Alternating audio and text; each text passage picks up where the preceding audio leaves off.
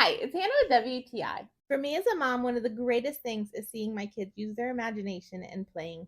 And this set by Kookamunga Kids has made it so fun to watch my daughter and her baby dolls playing. The stroller and the high chair are definitely her favorites. She pushes her doll all over the place because she also loves to take walks in her stroller with us. The colors are very vibrant and fun.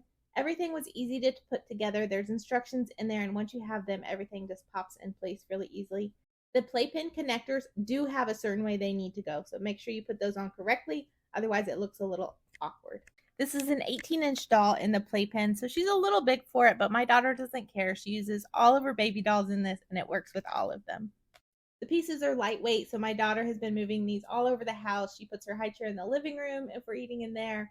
She puts it next to her when she's eating in her high chair. They had Cheerios together the other morning. This would make such a great gift for a little girl who really loves to play with her dolls. And as a parent, I love it because not only does it encourage imagination, but it also doesn't make any sounds. So it's a win win for the person getting the gift and for their parents. I highly recommend this set, but that's just my point of view.